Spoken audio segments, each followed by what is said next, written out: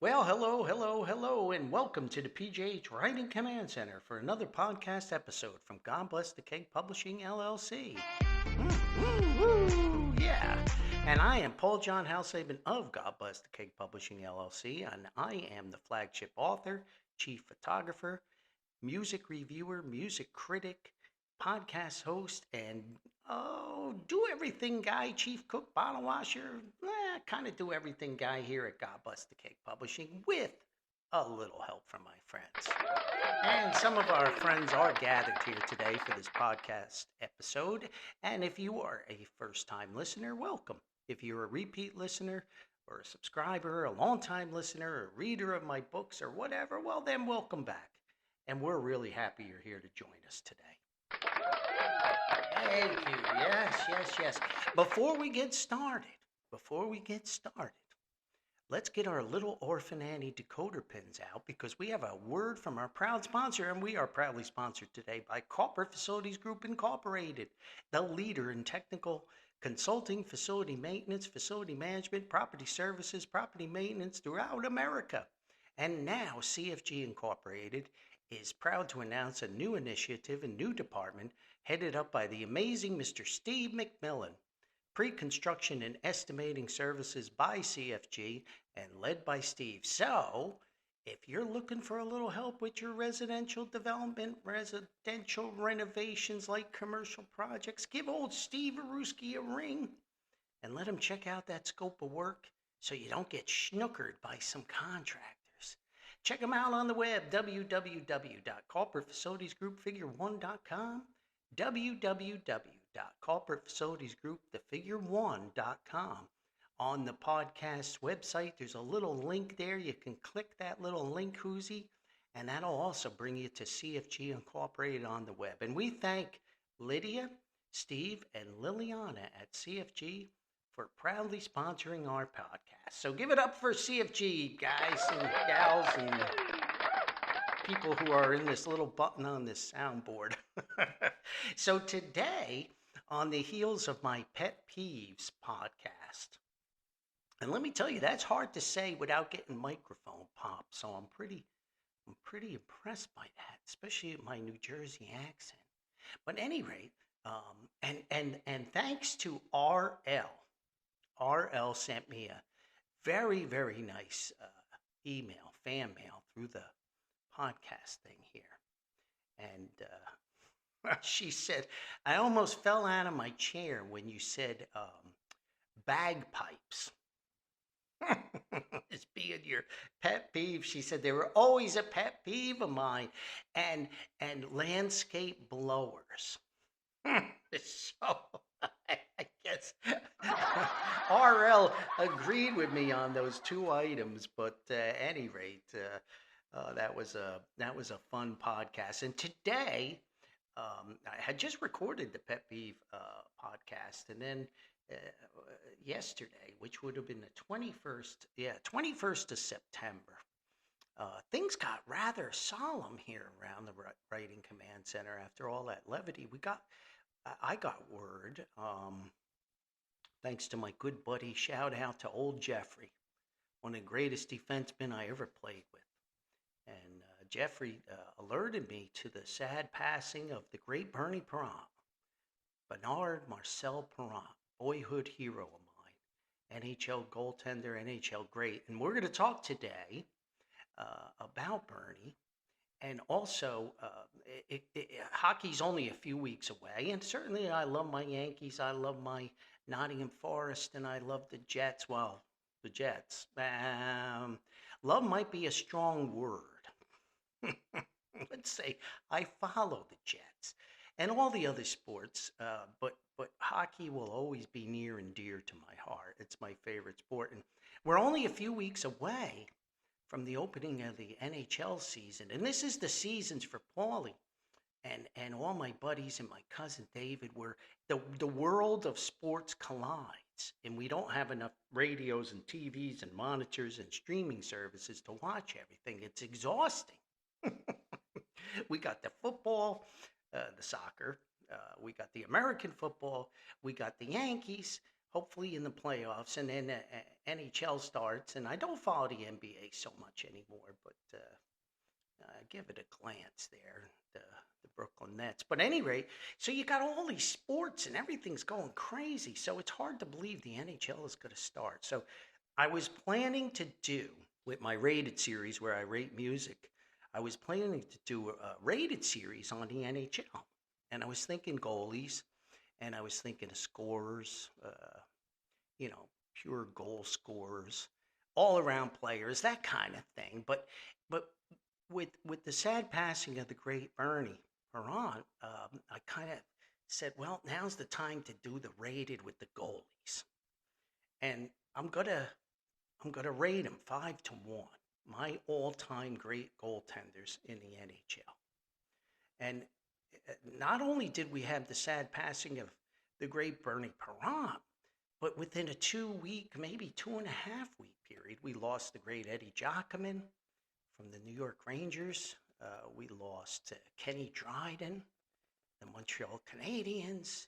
So and then Bernie. So it's kind of it's solemn and kind of amazing, really, to think about these great goaltenders. And I always remember how sad my dad was. The old man was crushed when Mickey Mantle passed away. And now I understand, these heroes that you have. I have a lot of heroes in sports and musical heroes and all these things. And everybody's getting old, including me.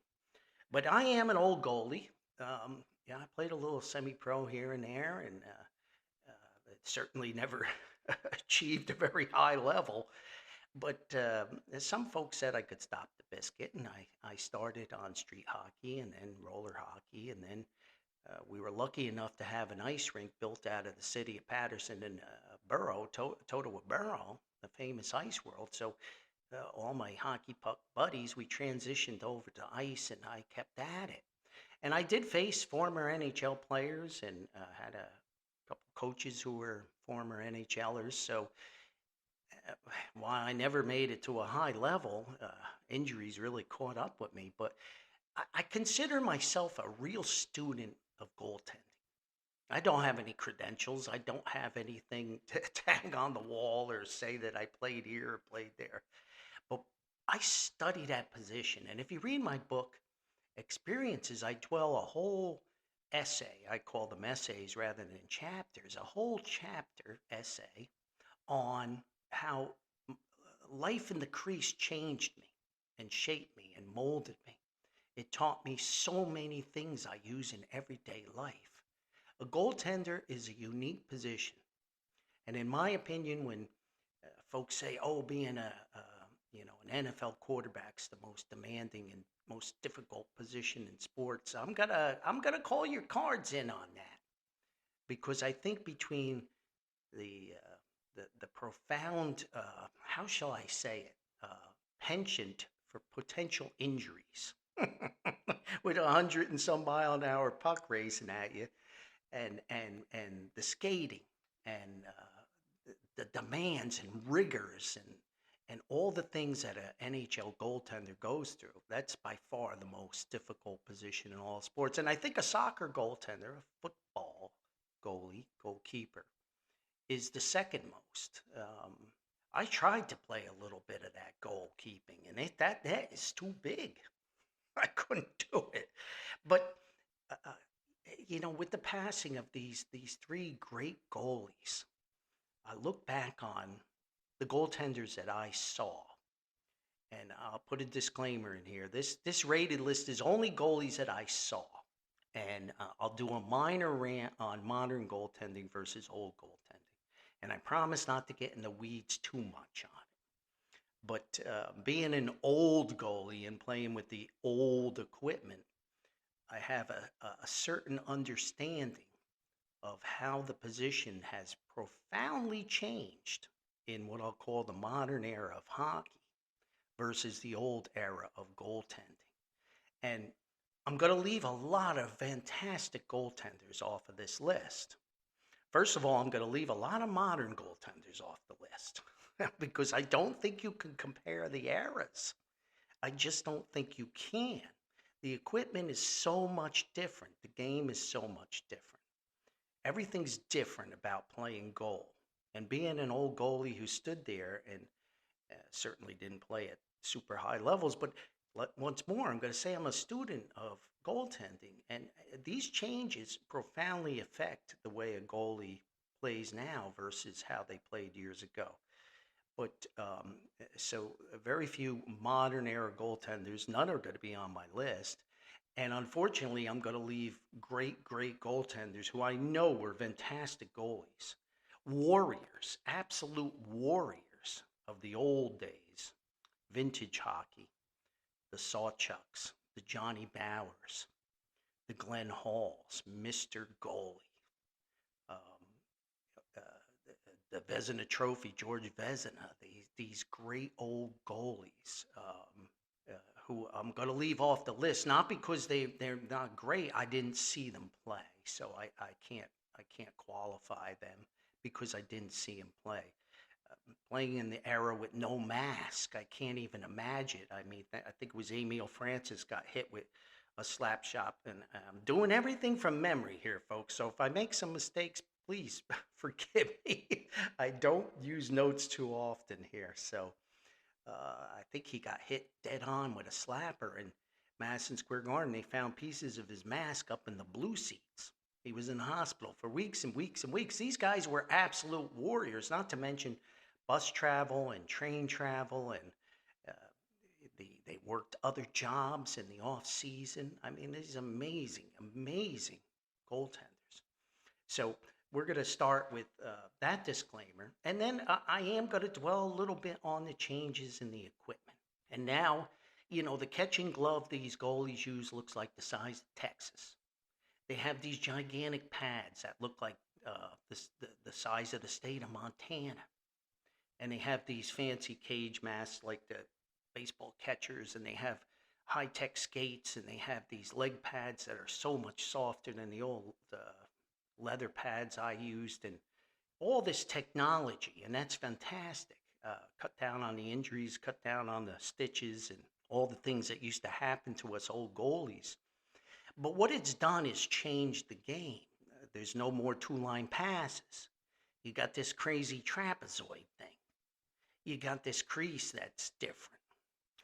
So that's why I'm discounting a lot of the modern goalies, because I can't imagine if a guy like Kenny Dryden had equipment like that. And this flopping around, and I'll talk about that when I get to Bernie Perron, because I'm going to tell you he's on the list. So this flopping around and sliding on these big pillows, it's not conducive to an old goalie like me. I don't understand it. I don't understand how you can do that. That might be great when you're 21 years old and your reflexes are like a cat, and you get a little older and you get a little injured and you get a little arthritis. I mean, I tore my rotator cuffs twice, and you can't cover the top corners of that net. These guys, these modern shooters, the old shooters, any shooter, gonna pick you apart. They're gonna pick you apart up high. Stand on your skates. Stand-up goaltending was analytic. It was geometrical. It was effective. And I'm going to tell you why it was so effective. Because of rebounds. When you're flopped down there like a big old walrus and the puck hits into that pillow pad and you make a save, that puck is right there in the crease in a great offensive position for somebody to scoop that up if your defense doesn't get it. When you stand up and are able to clear those rebounds to the corner, force the offense to regroup, hopefully your defense beats them to the puck, it's a whole different ball game. It's a whole different hockey match. And for years and years and years, stand-up goaltenders were very, very good, including most of the guys on this list. And then you get into the debate, and I'm not going to get there because you can listen to my other podcasts. I have a podcast where I ranted about the so-called modern athlete versus the old athlete and how much better the modern athlete is now. No, I don't buy it. You think Bobby Orr could skate at 30, 32 miles an hour? That's what they kind of sort of landed on as his top speed on old Bauer tacks. Can you imagine what he's going to skate nowadays on these fancy modern things? Do you think Bobby Orr is going to get slower? So I'll dwell a little bit more on the stand up versus this flopping, stopping, sliding, I don't understand way of goaltending. And I'm old, and I get that. But I do know the position. And like I said, I am a student of it. I've studied goalies from all different types of goalies for years and years and years. But these giant pads and these giant chest protectors and these goaltenders, I see them on the ice. They look like King Kong. And then you see them in the locker room for the post game interview, and they're little skinny guys.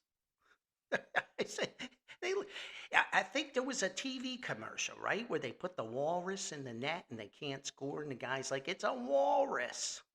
That's the way I feel. I mean, I can't imagine if some of these old time goaltenders had that type of equipment with the dimensions, how great they would have been just standing up. I only, to validate my rant, there's one guy out there who happens to have a last name named Gretzky, who knows something about scoring goals. And I listened to him rant and rave in a hockey game where he was doing a commentary about how great the stand-up goaltender was and is, and how he can't understand this new modern goaltending either. So if a guy like Gretzky kind of agrees with Paulie, I'm going to take that to the bank.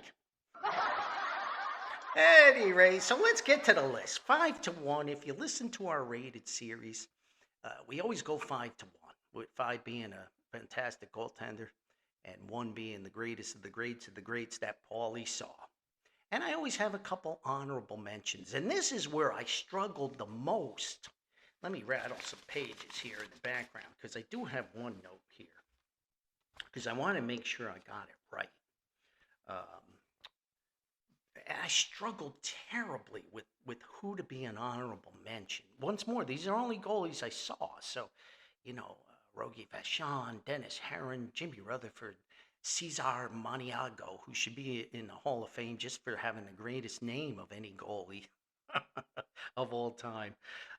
Gilles Malache played for the California Golden Seals and terrible hockey clubs, and he was an outstanding goaltender.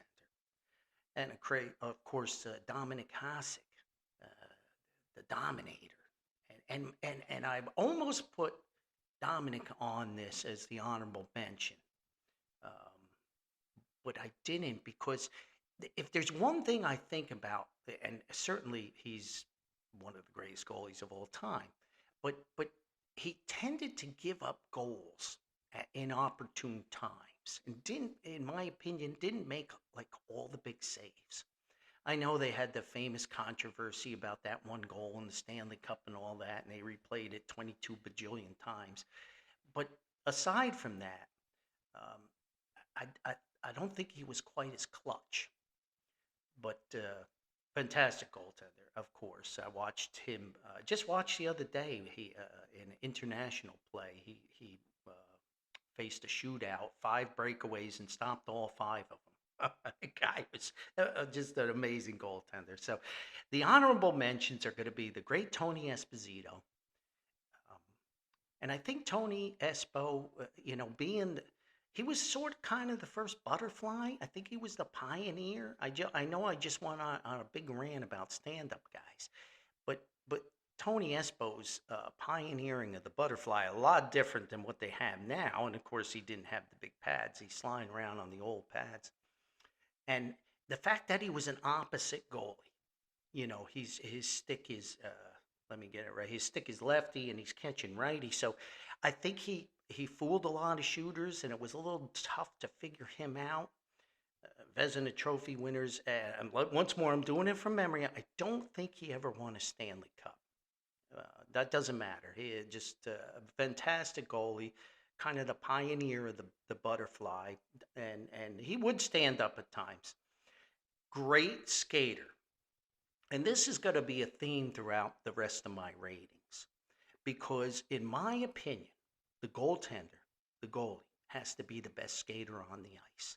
And I used to pride myself on my skating. I remember I enrolled in a goaltending clinic, and for the first month and a half, all we did was skate through cones with no stick. And everybody sliding and falling through all over the ice like penguins falling over. By the end of that skating session and those skating drills, not too many guys were falling anymore. And I think the modern goaltender just can't skate. And I think the skating is not emphasized so much because they're flopping around all the time. You know, going around the boards, getting out of your net, out of your crease, and stopping that puck on the wraparound is like a lost art. I watched a lot of hockey last year, listened to it on the radio, and the amount of times goalies scoop behind the net and stop the puck from going around is completely changed from years ago. It used to happen all the time. And I'm telling you, you're in your crease. It doesn't look like much, but that puck's coming around real fast on the rider or on the dasher. It's rolling along the ice, you know, following the boards around the curvature. You got to get on your horse to get out of that crease, get behind that net, and stop that puck from going around. It might go right around to a winger or a center coming back, and they'll get a shot on you. You want to leave it for your defense and try to control that play. They don't do that anymore. Very, very seldom. Very, very seldom. And I think it's attributed to they just can't skate like the old goalies could skate. Some of these goalies, I know I would take my pads off, and even with my pads on, I would pride myself on trying to keep up to the wingers or the center iceman, and you know, I couldn't do it with the big old marshmallow goalie skates, but I did my best, and that's a common theme. So we got Tony Espo as an on mention. I got battling Billy Smith, and like I said, it was hard to knock off people like Vachon and Dominic, but battling Billy Smith.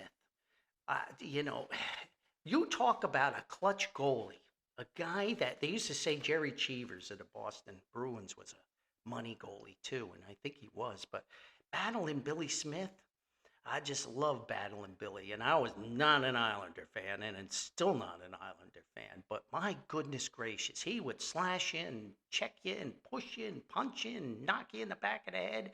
You came in his crease, you were going to pay the price. And that was a clutch goaltender. Battling Billy Smith in the Hall of Fame, well deserved. And that's something I want to mention. You hear about great dynasties in sports. The Steelers, the 49ers, the Patriots, the Yankees, the Celtics, these championship teams that have won multiple championships. And the Patriots got, what, 3 in a row? I think the 49ers had 3 in a row. Nobody ever mentions 4 back-to-back Stanley Cups. The New York Islanders, 1979 to 1980, and then all the way to 83, 4 Stanley Cups back to back to back. 7 Hall of Famers on that dynasty. 7. Mike Bossy, Clark Gillies, Dennis Potvin, Billy Smith, Trottier, the coach Al Arbor, and the general manager Bill Torrey. I mean, my gosh, what a great dynasty. What a great hockey club. They don't get their due, in my opinion. Number 5 on the list, and he just passed away, is the great Kenny Dryden. And I'm doing these stats from my head.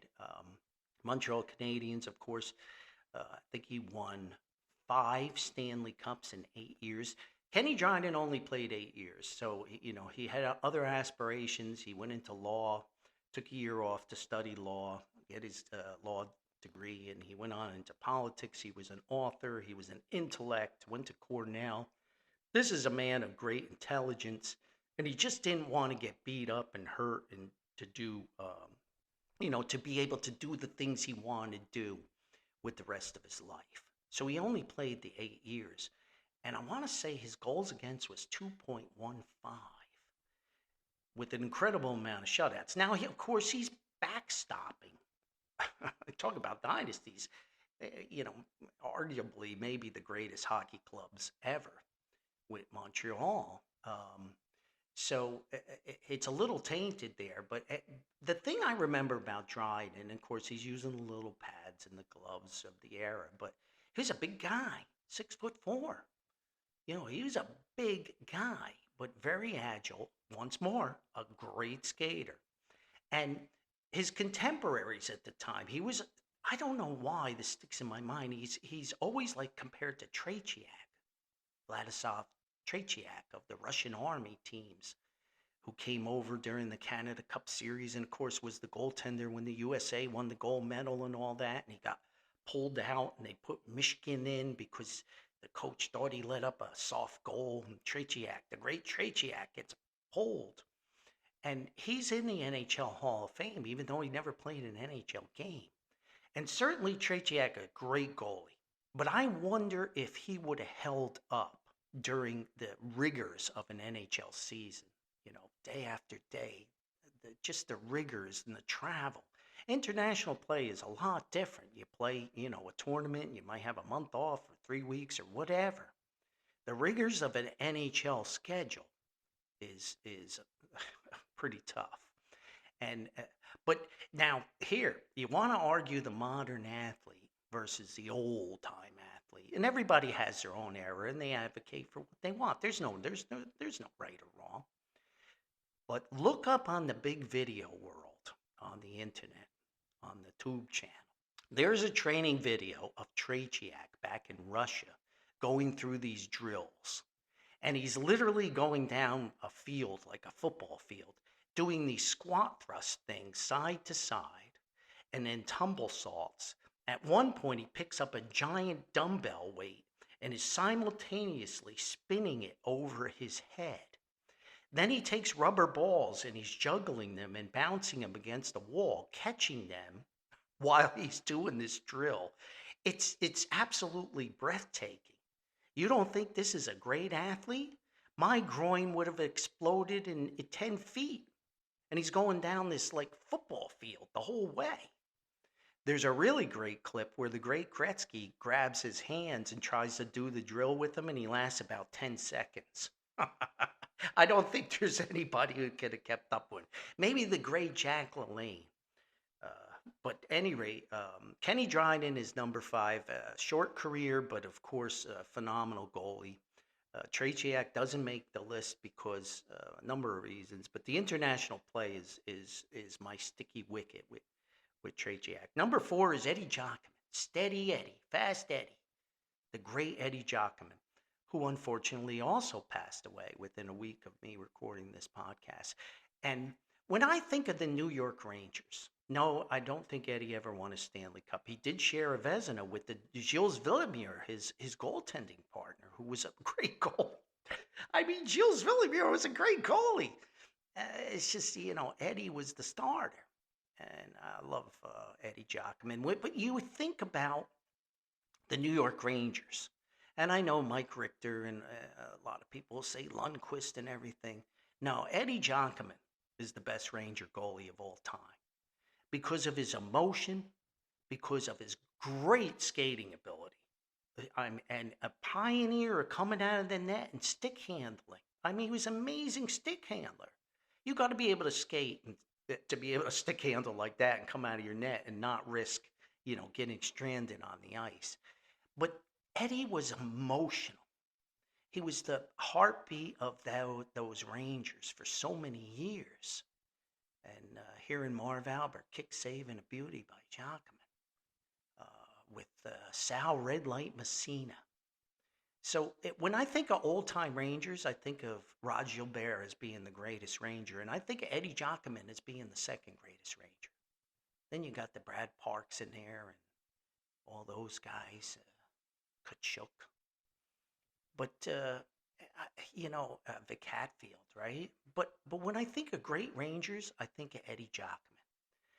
But there's one scene with Eddie that is just one of the most remarkable sports memories of all time in my lifetime that I witnessed.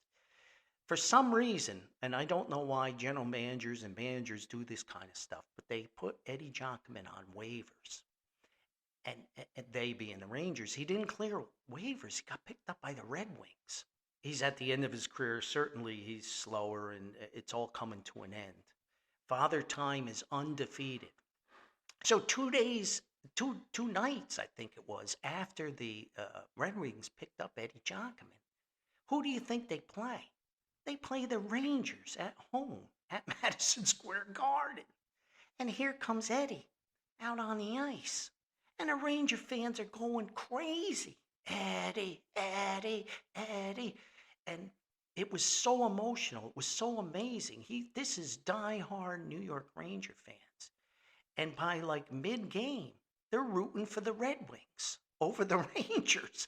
They're cheering Eddie Giacomin. And you could just see the emotion. At one point, he lifts his mask up, and I know he was sobbing his eyes out, waving to the crowd. What a moment. I think you can find that on the big video, too. Eddie Giacomin, number 4. Number 3, another great skater and another great stick handler, Brodeur, Martin Brodeur, primarily New Jersey Devils, and then just a little half a stint with St. Louis Blues at the end of his career. He was pretty much done. I wish these guys could just start and stop and end with their teams, like, Mickey Mantle and such, but that's the way it goes. But Brodeur revolutionized goaltending with his stick handling ability, scored a couple goals. Once more, French-Canadian, great skater, a very geometrical, very, very durable goaltender. I mean, I think he leads in games started, total games far and away. But Brodeur was so analytical. He very seldom made a mistake on making a save. Yes, played on great defense. The Devils with the trap and all the controversy, and they changed the rules because of Brodeur and the center line, all that. Yeah, great Devil teams, great defense, great back checking. But without Brodeur, there aren't any Stanley Cups. He's a phenomenal goalie. And you can make the argument, even though he did go down quite often, maybe the last real stand-up goaltender that we have seen, until the next great goalie comes back and decides to stand up and shows everybody how it's supposed to be done. Brodeur at number 3. Number 2 is Patrick Roy. And now this is a guy who went down. This is a butterfly guy. Maybe Tony Espo pioneered it, the method of butterfly, but I think Roy perfected it. But once more, French-Canadian, great skater, feisty, eccentric, wonderful. Two Stanley Cups with 2 different teams, right? Colorado and the Canadiens. He'd kiss the goalpost and talk to the goalpost and kiss the crossbar and do all this eccentric stuff. And he had the head bob going on, the nervous habits. All us goalies are a little weird. Bernie said, you don't have to be crazy to be a goalie, but it sure helps. Patrick Roy, fantastic goaltender. Who can forget him coming out of the net to fight? I think it was the Detroit Red Wing goalie. They're going at it. And just a feisty guy who attacked the puck, loved the game. Once more, great skater, decent stick handler, lightning reflexes. 2 Stanley Cups with 2 different teams, multiple Vezinas. I think he should have won the Conn Smythe that 1 Stanley Cup. And I'm thinking the guy from the Ducks won the Conn Smythe, even though he was on the losing team. I could be wrong about that. I'm doing this from memory. Number 2 is Patrick Roy. Number 1 is Bernard Marcel Perron, the great late Bernie Perron, and Philadelphia Flyers. I got so many texts and emails yesterday from my fellow hockey teammates, old teammates, people that know me, my family, people that knew how much I loved and admired the great Bernie Perron. I patterned my style of play after Bernie Perron. I wore the same skates, Bauer Supreme 49s, same pads, Cooper GP 59Ls, GM9, I think it was GM9 on my stick glove, and GM6 Cooper on my catching glove. Could be wrong about that. My mask was sort of similar like Bernie's, and I used Sherwood sticks. I always used Sherwood. I liked how lightweight they were, and I tried to pattern my stand-up style after Bernie. I probably went down a little bit more than he did, but I never could get the kick saves and the beauties. He's Bernie Prod, and I'm not. But the great thing about Bernie, and if you watch some clips, trying to watch clips, and here's why I'm going to advocate for the stand-up style. You make a save on your big pillows, and boom, like I said before, even it comes off your chest protector, it's right there in danger. Watch clips of Bernie Perron. His ability to make a kick save or a stick save and steer it into the corners out of danger was something that I tried and tried to do. It's so hard to do. He often looked awkward on his skates, like he was falling backwards and like he didn't have any balance. But he was unbeatable along the ice. And his catching glove was super fast, and his skating ability was amazing. But his style looked so technically wrong and awkward. But what you don't realize is he's coming so far out and cutting the angle down. It's basic geometry. Take your fingers and put it on a table and make a make-believe net and make a make-believe shooter and a goalie. As you come closer, the shooter sees less and less of the net. Now, if he dekes you, you got to be able to skate with him. And there's the flaw. If you're not a good skater, he can just deke you and go right around you. You've got to have confidence in your skating abilities and judge your angles. But if you cut those angles properly, make the save, steer it to the corner, offensive threat is neutralized. And there was nobody better at it than Bernie Perron. And his 1973-74 season is probably, in my opinion, the greatest season of a goalie of all time. He played in 73 games out of 78. He had 47 regular season wins, which is still the record to this day. He had 12 shutouts. That's unbelievable. 1.89 goals against. His save percentage is lifetime, I think, .920. He shared the Vezina that year with Tony Esposito. There you go. Won the Stanley Cup, of course. Won the Conn Smythe, first team All-Star. And he did that back-to-back. Vezinas, Stanley Cups, Conn Smythes, back-to-back. Just simply remarkable. And that 1973-74 Stanley Cup cemented in my mind how amazing Bernie Perron was. The Bruins, Gilles Gilbert, I think, was the goalie, and I don't think it was Cheevers. But Bobby Orr, Phil Esposito, Hodge, Cashman, these great Bruins, Johnny Busick, the big chief. And I think it's the second game. It goes into overtime. It's 2-2. And I think it was Orr who fed Johnny Busick on a breakaway. And Johnny Busick on a breakaway was trouble. He seldom, if ever, missed.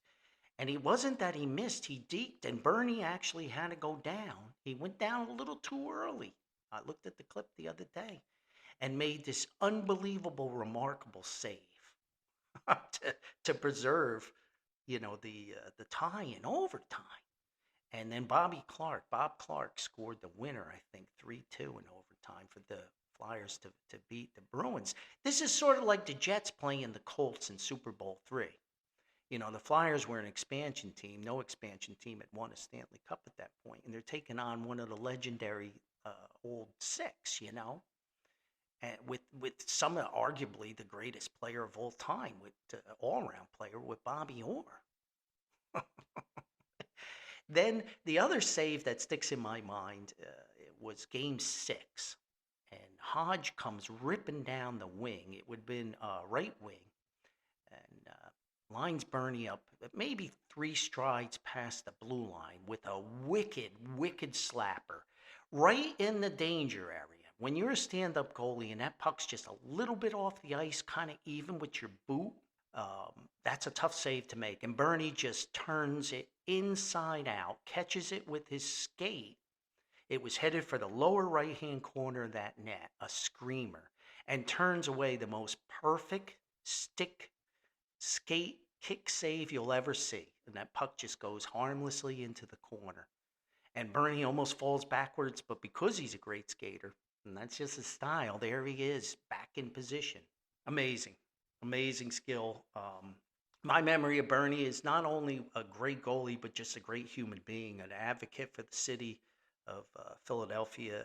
Loved all the sports teams, the Eagles, the Sixers, of course, the Flyers, the Phillies. He'd show up, and just an ambassador. Just an. I don't think Bernie Pratt ever looked like he was having a bad day. Always smiling and flashing that thumbs up, showing those Stanley Cup rings on his fingers. But I read a story today about how these kids were playing street hockey in Philly, and being an old street hockey guy, how about this memory? Street hockey players, cars coming down the street. You got to move your net, right? Car. The game is paused, but these kids are playing. Teenagers are playing street hockey, and they don't have any equipment. I mean, we didn't have equipment either. We started with nothing, and it's in Geyer Street Gardens, folks. My book. I'm gonna put a plug in. Read about it. Great street hockey memories. Growing up in Haledon and Patterson, New Jersey, but these kids have no equipment. The goalie's using a tennis racket as his goalie stick. Oh, this car comes by and stops, and it's Bernie Parent. He sees these kids playing street hockey, and he opens the trunk of his car, gets his goalie stick out, and gives it to the kid instead of the tennis racket. And my personal memory of Bernie Parent was my poor cousin David and my Uncle Dave. They were Ranger fans, and my Uncle Dave used to get tickets to the Garden, and they'd bring me along. And I was probably, I don't know, maybe I was 14, 15, 16. I don't remember. And it's Rangers Flyers at the Garden. We got seats behind the net, and it was the net where the Flyers would defend first. And the warm-ups are going on, and Bernie Parent's going around with the rest of the Flyers warming up.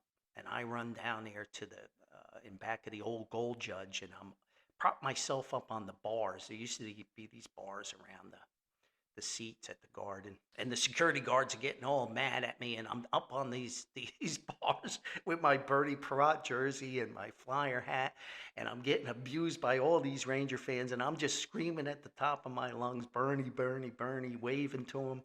And Bernie had this superstitious thing where once he put that mask down, he did not lift that mask.